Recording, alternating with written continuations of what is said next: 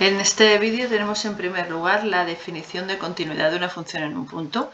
Entonces, para que una función sea continua en un punto, se tiene que cumplir que existe la imagen de ese punto, existe el límite cuando x tiende a a también, y además ambos valores son iguales. Coinciden la imagen y el límite en a. Tipos de discontinuidades que se pueden dar. Aquí tenemos un esquema de los 4 tipos que hay: evitable, inevitable primera especie, salto finito, etcétera, etcétera. Vamos a analizar cada uno de ellos. La evitable. Cuando hay una discontinuidad evitable, el límite existe en ese punto y es importante, es un número real, no es infinito.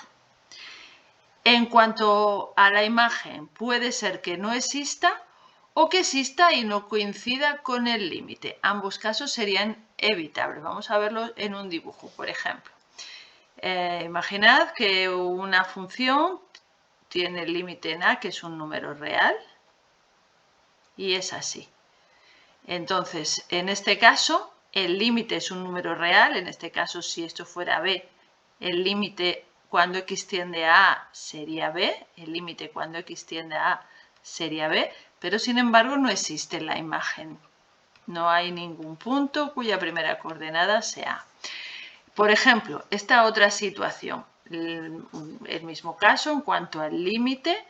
El límite cuando x tiende a a es un número real, por ejemplo b, y resulta que a sí que tiene imagen, pero no es la misma que el límite, no coincide. Entonces, en este caso existe la imagen, pero no coincide con el límite. Ambos casos se clasifican como discontinuidades evitables. Luego hemos visto en el esquema la que se llama inevitable de salto finito. Os dice, los límites laterales son distintos y finitos. Por ejemplo, imaginad una función, esto viene dándose sobre todo en las funciones a trozos. Imaginad la función que llega por aquí y de repente hay un salto a la altura de a, cuando x vale a. Entonces, cuando yo calculo el límite cuando x tiende a la izquierda, resulta que me da un valor, que es un número real. Y cuando calculo el límite cuando x tiende a a por la derecha, me va a dar otro valor diferente. En ese caso, esta discontinuidad se llama de salto finito. En este caso, no se especifica nada acerca de qué pasa con la imagen de A. Es decir, por ejemplo, en el caso anterior, en el dibujo anterior, la A no tiene imagen. No tiene imagen. Sin embargo, por ejemplo, podría ser esta otra situación, igual que la anterior, igual que el otro dibujo. Los límites laterales también son distintos y finitos, pero en este caso A sí que tiene imagen. También podría ser incluso que, por ejemplo, este otro nuevo dibujo, la misma situación, y A tiene imagen, pero no coincide con ninguno de los dos límites laterales. A lo mejor la imagen de A es otra, que no coincide ni con el límite a la derecha de A, que sería esto, ni con el límite a la izquierda. Todas estas situaciones se clasificarían como discontinuidades inevitables de salto finito. En cuanto a las de salto infinito, dice, alguno de los límites laterales es infinito. Y dice, alguno, no tienen por qué ser ambos. Por ejemplo, imaginad que el límite cuando x tiende a a por la derecha es más infinito. Y el límite cuando x tiende a a por la izquierda, a lo mejor resulta que es un número real. Bueno, pues esto es un salto infinito. O también puede ser que los dos límites laterales sean infinitos. Por ejemplo, en este caso, el límite cuando x tiende a por la derecha es más infinito y por la izquierda también es más infinito. Todas estas situaciones son discontinuidades inevitables de salto infinito. Alguno de los límites laterales es infinito. Pueden ser los dos más infinitos, los dos menos infinitos, uno más infinito y otro menos infinito, o uno de ellos incluso ser un número real. Vamos a ver una que este año la vamos a trabajar poco, simplemente la comento así rápidamente, que es una que se llama inevitable de segunda especie. Os voy a poner un par de ejemplos donde se daría esta situación. Por ejemplo, una raíz cuadrada. La raíz cuadrada esta, si hallamos su dominio, tenemos que tener en cuenta que el radicando debe ser mayor o igual que 0. Esto da lugar, resolviendo la inecuación, a que el dominio de la función es este que tenéis aquí. Esta que tenéis debajo sería la gráfica. Veis que cuando yo me pusiera a calcular el límite cuando x tiende a 2 por la izquierda, o sea, perdonad, por la derecha del 2, evidentemente ese límite no existe. El límite, en cambio, cuando x tiende a 2 por la izquierda del 2 sí que existe, sería 0. Entonces, existe uno de los límites laterales, el otro no. Eso mismo está pasando en este otro caso. También, mirad, en este caso, como se trata de un logaritmo, tiene que ser, el argumento del logaritmo tiene que ser mayor que 0. Resolviendo esa inecuación, nos da lugar a que el dominio es este que tenemos al lado. La que tenéis debajo sería la gráfica de esa función.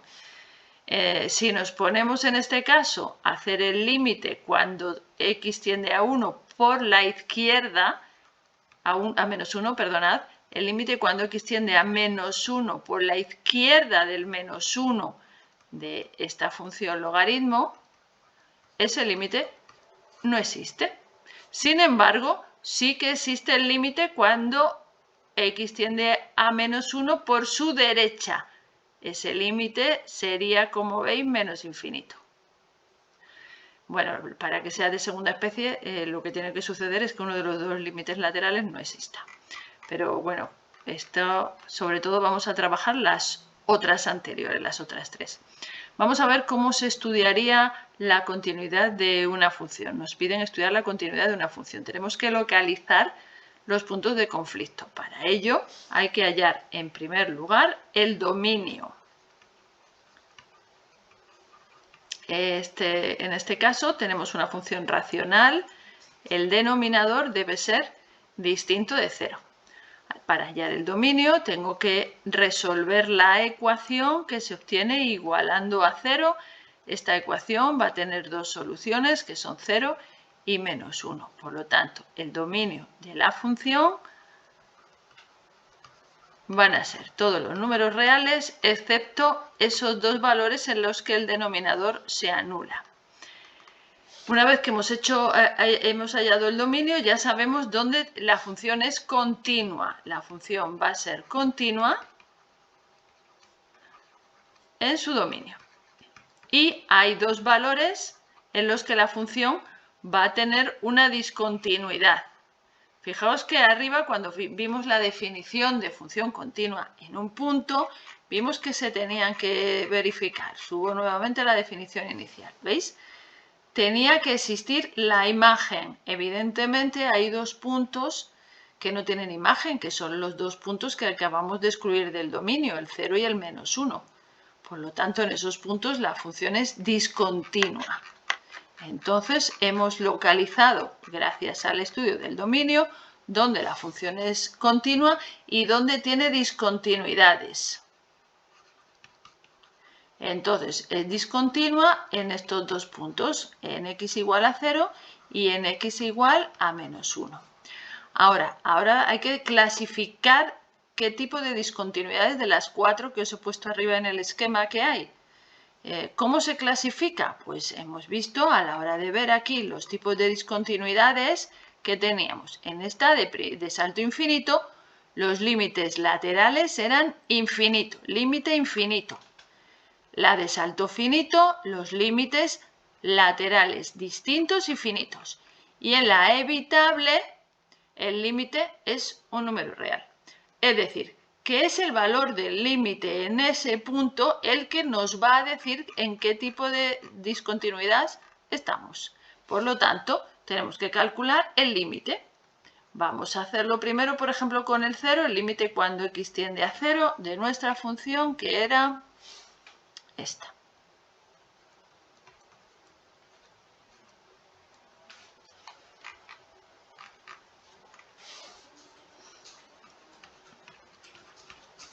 Bien, voy a sustituir el 0. Cuando sustituyo 0 en el numerador, me da 1. Cuando lo sustituyo en el denominador, da 0.